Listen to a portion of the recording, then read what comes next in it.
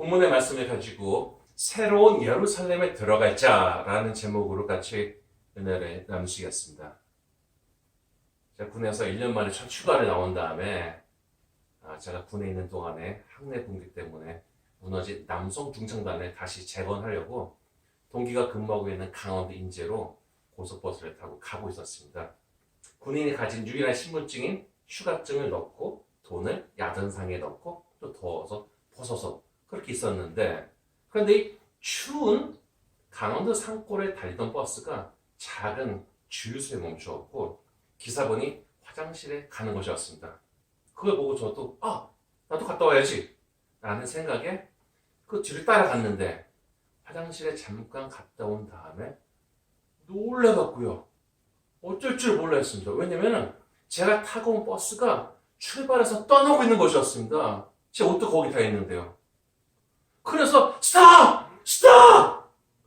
돌이라도 있었으면 던졌을는지도 모르겠어요. 너무 조급했거든요. 그런데 버스가 출발해버리고 휴대폰도 없던 시절이라서 어떻게 할 방법은 없고 너무 망연자실해 있는데 저쪽에서 제가 타고 온 버스의 기사분이 화장실에서 나오는 겁니다. 무슨 얘기냐면은 제가 탄 버스와 똑같은 모델의 버스가 하필 그 주유소를 들렸다가 출발했는데 저는 제가 타고 온 버스로 착각을 하고 너무 힘들었던 거죠. 만약에 그때 제가 진짜로 버스를 놓쳤으면요 정말 어려운 상황에 놓였을 것입니다. 1년 만에 나온 휴가가 거의 지옥 같았을런지도 모르겠습니다. 그런데 이렇게 버스만 놓친다 해도 힘든데 우리 주님께서는 우리가 하나님 나라에 들어가지 못하는 것에 대해서 안타까운 마음으로 경고하고 계십니다.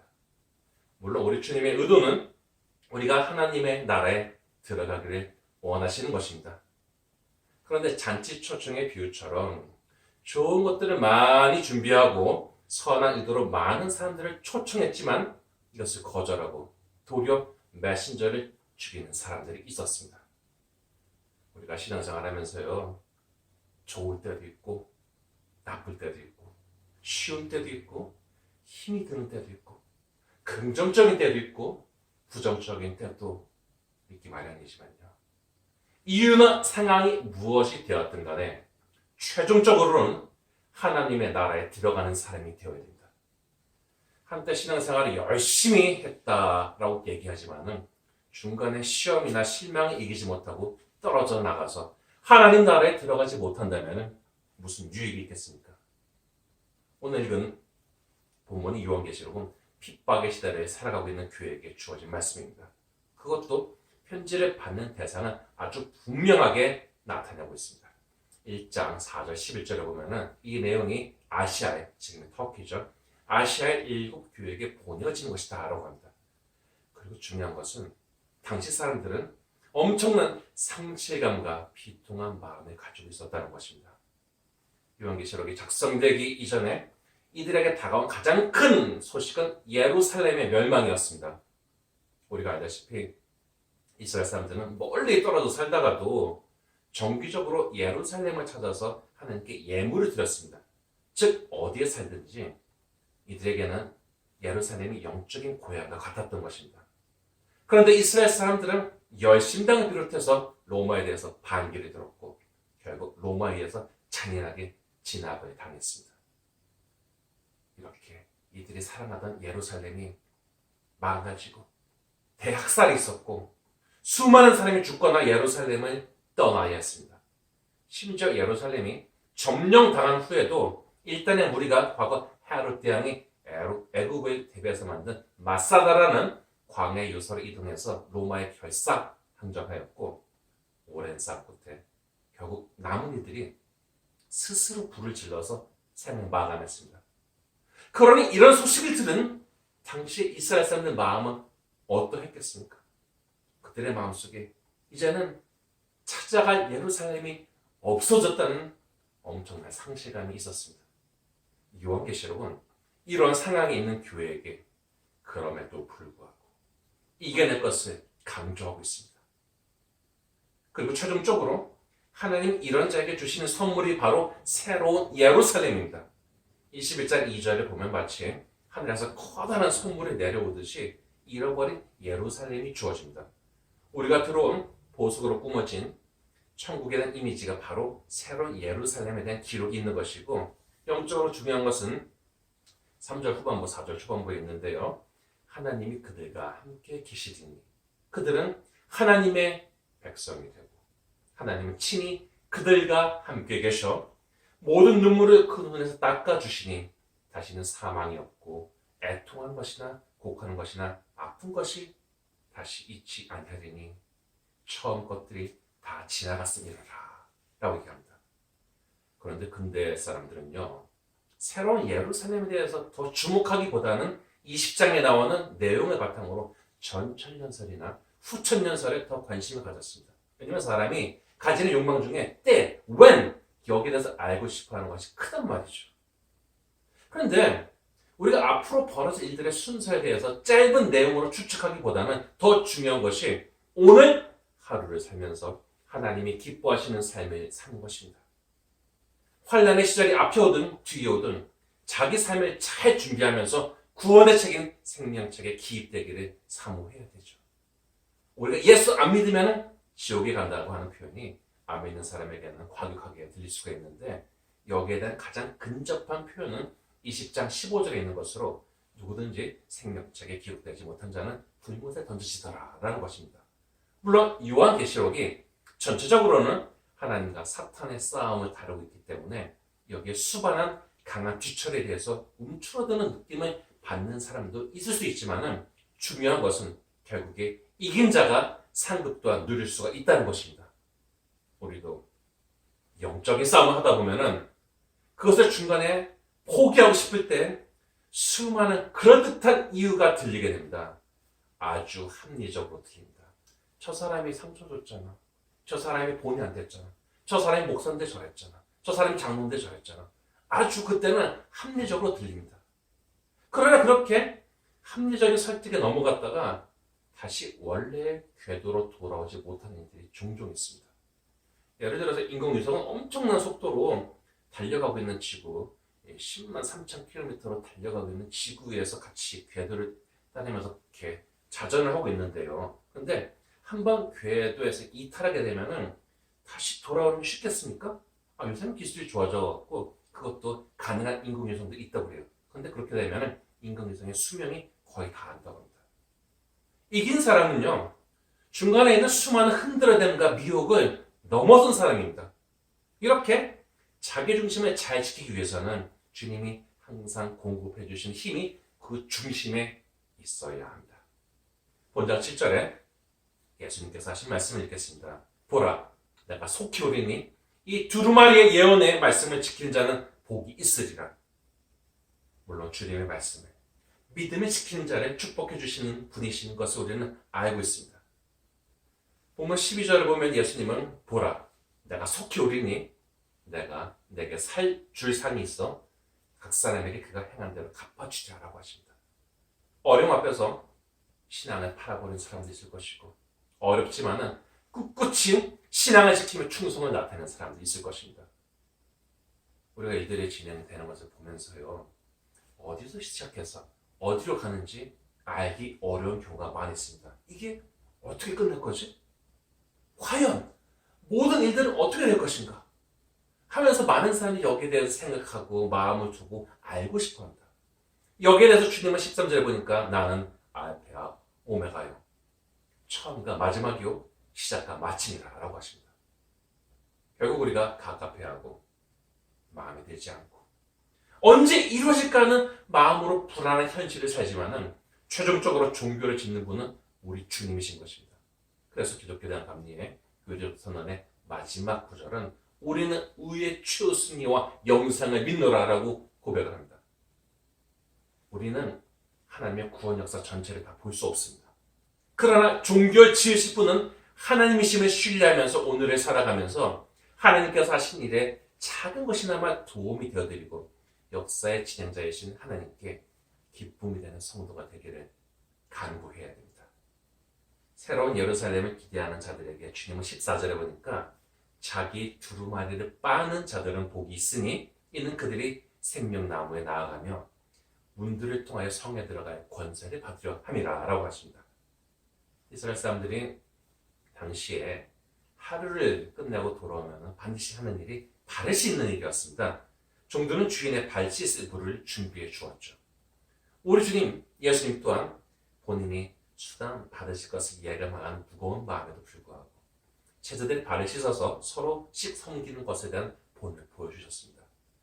예수님 시대보다 조금 뒤에 있었던 쿰란이라는 공동체는 사해 주변에 있는 공동체인데 종교적인 집단이었는데 이들이 적어놓은 성경의 두루마리들이 1940년대에 발견되면서 주목을 받았죠. 그런데 이들이 중요하게 생각한 것이 정결욕, ritual bath였습니다. 즉 하루 일을 마치고 자기의 몸을 씻었고 이것을 단지 미용이나 위생의 문제가 아닌 영적인 정화의 의미로 사용했던 것입니다. 빨래는 힘든 일이죠. 그런데 혹시 밖에서 먼지와 진흙을 뒤지고 쓰고 왔는데 빨래를 통해 갖고 원래 색깔이 회복된다면 기분 좋은 일이지 않습니까? 빨래 어떻게 합니까? 세자 놓고 비누 넣고 그리고 또 빨래판이나 빨래 방망이로 이렇게 막 두들겨 맞아야 되지 않습니까? 물에 막 헹궈야 되고 그리고 햇빛에 잘 말리면 됩니다. 그런데요, 제가 생각해 보니까 사람이 그 더러움을 벗어나는 것도 크게 다르지 않습니다. 심령의 성령의 불로 헹굼을 얻어야 되고 때로는 그 마음속에 두들겨 맞는 부분도 있고 중요한 것은요, 예수라는 햇빛에 우리를 말려야 됩니다. 이게 빨래를 하고도 말리지 않으면 튀기는 냄새가 나지 않습니까? 그런데 우리가 예수란 빛을 쬐면서 이제 좋은 모습으로 설 수가 있는 것이죠. 우리가 귀한 손님을 맞으면서도 먼지나 진흙 묻은 옷은 빨리 만나게 되지 않습니까? 그런데 하나님의 선물인 새 예루살렘, 새 땅을 맞으러 가면은 그 성의 주권자이신 하나님 앞에 서야 하는데 당연히 더러운 옷으로는 설 수 없지 않겠습니까? 우리가 살다 보면요, 죄의 먼지와 얼룩들이 튀지 않을 수가 없습니다. 우리가 하루 종일 그렇게 거룩한 것만 추구하면서 살아가는 존재들도 아니죠. 그러나 하나님께서는 우리에게 묻은 얼룩만에 탓하지 아니하시며 우리의 능력으로는 지울 수 없는 죄의 얼룩을 예수의 보혈로 씻게 하셨습니다.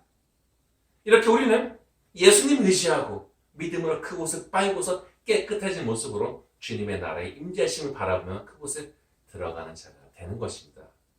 그런데 15절을 보면요, 이제 새로운 예루살렘 성에 들어가지 못하는 자들에 대해서 말하고 있습니다. 거짓말하는 자들이죠. 초대교회는요, 온갖 말도 안 되는 루머와 거짓말에 시달렸습니다. 사람들이 잘 알지 못하면서 굉장히 이 초대교회 사람들을 힘들게 하는 그런 루머들이 막 퍼뜨렸던 거죠. 그래서 초대교회 지도자들, 이 사람들을 갖다가 교부, 처치 파더, 초대교회 지도자들이 해야 하는 일 중에 큰 부분이 이러한 거짓과 오해에 대해서 기독교를 변증하는 것이었습니다. 우리도요, 잘 모르는 것에 대해서 함부로 말하는 경우들이 많이 있습니다. 겨우 한 문장 알면서 어떤 부분에 대해서 겨우 하나의 사실 알면서 마치 아는 것처럼 판단을 내리는 경우가 많이 있습니다. 저도요, 그래서 설교를 준비하면서요, 제가 잘 모르는 부분들 혹은 또 기사에 막 실려고 지금 나온 것들, 이런 것을 설교의 소스로 사용하지 않습니다. 굉장히 오보나 편향된 것이 있을 수가 있기 때문이죠. 그래서 15절에 보면요, 다른 죄뿐만 아니라 거짓말을 좋아하며 지어내는 자는 성 밖에 있음을 경고하고 있습니다. 예수님은 16절에 보니까 교회 주위에서 자신의 사자를 보내어 증언하게 하셨다고 하고 자신이 다윗의 뿌리요 자손이고 광명한 새벽별이라고 말씀하십니다. 새벽별은요, 이제 어둠의 마지막 때까지 빛을 발하는 별입니다. 제가 갈릴리 호수에서 새벽에 이렇게 밖을 보고 있었는데 마지막에요, 별들이 다 사라지고 별 하나가 밝게 빛나고 있었습니다. 마지막 어둠의 때 빛나는 새벽별, 예수님은 바로 자신이 그러한 존재임을 알리신 것이죠. 이렇게 예루살렘, 새로운 예루살렘에서는 살게 되는 사람이 현실에서 목마르다 할지라도 값없이 생명수를 받아먹게 되니 더 이상 목마르지 않습니다. 그런데 엄중히 말씀을 전달하시면서 우리가 경계해야 할 것들, 이것이 첨가되어지는데 그것은 주님으로부터 들은 말씀에 자기 생각을 더하거나 그 말씀을 자기 생각으로 빼지 말라는 것입니다. 우리는 알고 있습니다. 사람 사이에 전달되는 말이 원래의 뜻에서 상당히 왜곡될 수가 있다는 것을 우리는 자기 감정의 상태에 따라서요 이를 부풀려 말하기도 하고 심지어 약간의 악의를 가지고 상대편을 폄하하기도 합니다. 그러면서 우리는 이것이 죄인 줄을 모르고 그냥 덮고 가는 경우가 많이 있습니다. 그래서 별로 죄의식을 가지지 못하고 나만 그래서 저 사람이 이렇게 얘기했는데, 그러나 이것은요 분명히 말하지만 하나님과 우리 사이를 우리 관계를 망치는 죄입니다. 모든 사람은 자기에게 유리하게 말하게 되어 있습니다. 부부가 싸운다고 합시다. 연인이 싸운다고 합시다.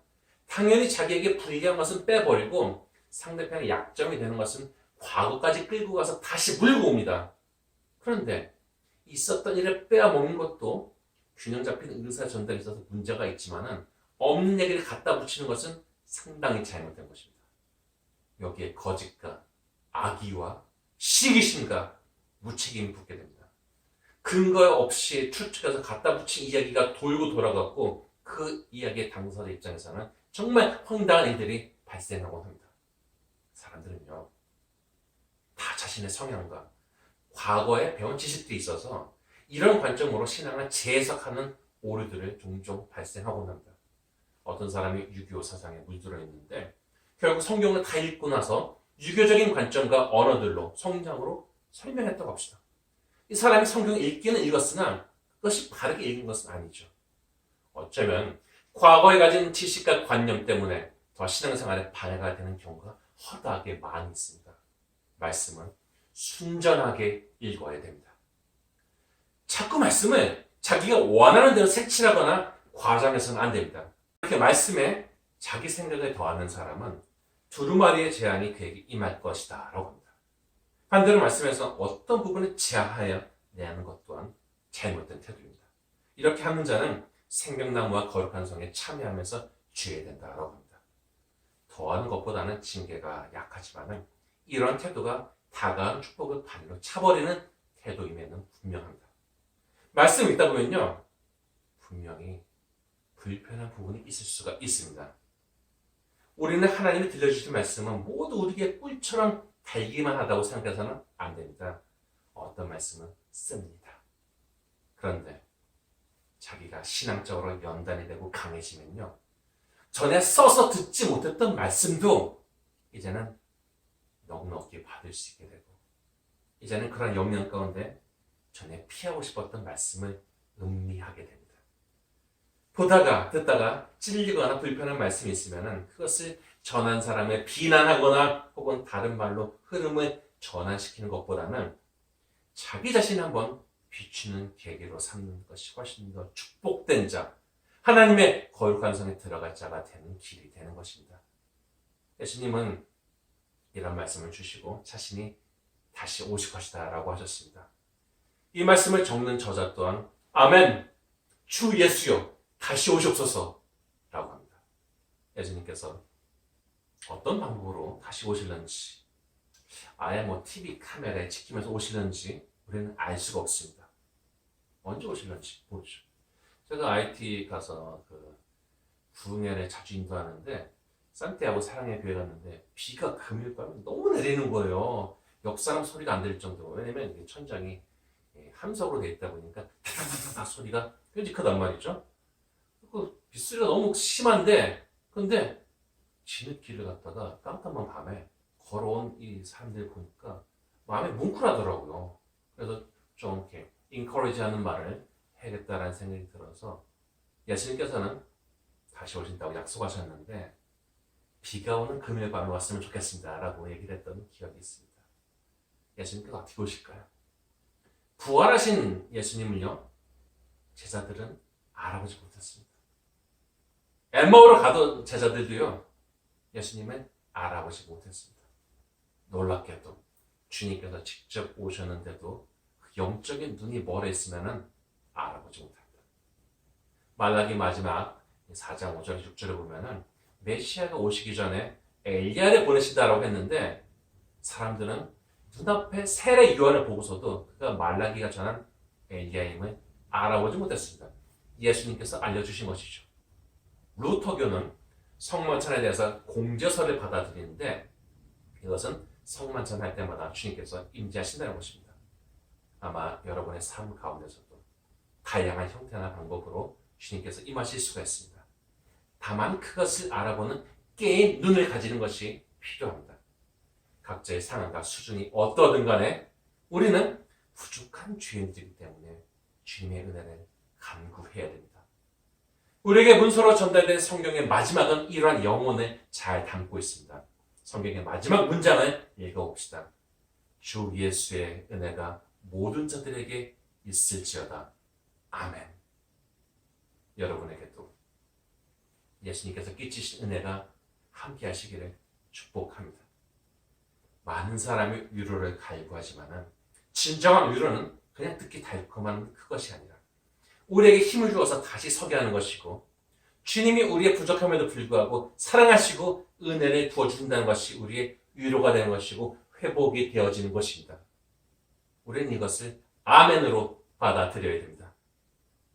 세상의 것이 무너진 상태에서 주님께서는 새로운 거룩한 성을 보여주셨고 하나님의 성을 보면서 낙심과 현실적인 무게를 이겨낼 것을 요구하고 계십니다. 우리가 중간중간 어려움을 겪을 수 있지만 그 바라보는 지점이 하나님의 성이라면 마침내 도달해 영원한 안식을 얻게 될 것입니다. 바라옵기는 하나님이 다스리시는 성을 기대하면서 삶의 어려움과 무게를 이겨내고 마침내 그 성에 반드시 들어가는 복된 성도가 다 되시기를 주님의 이름으로 축원합니다.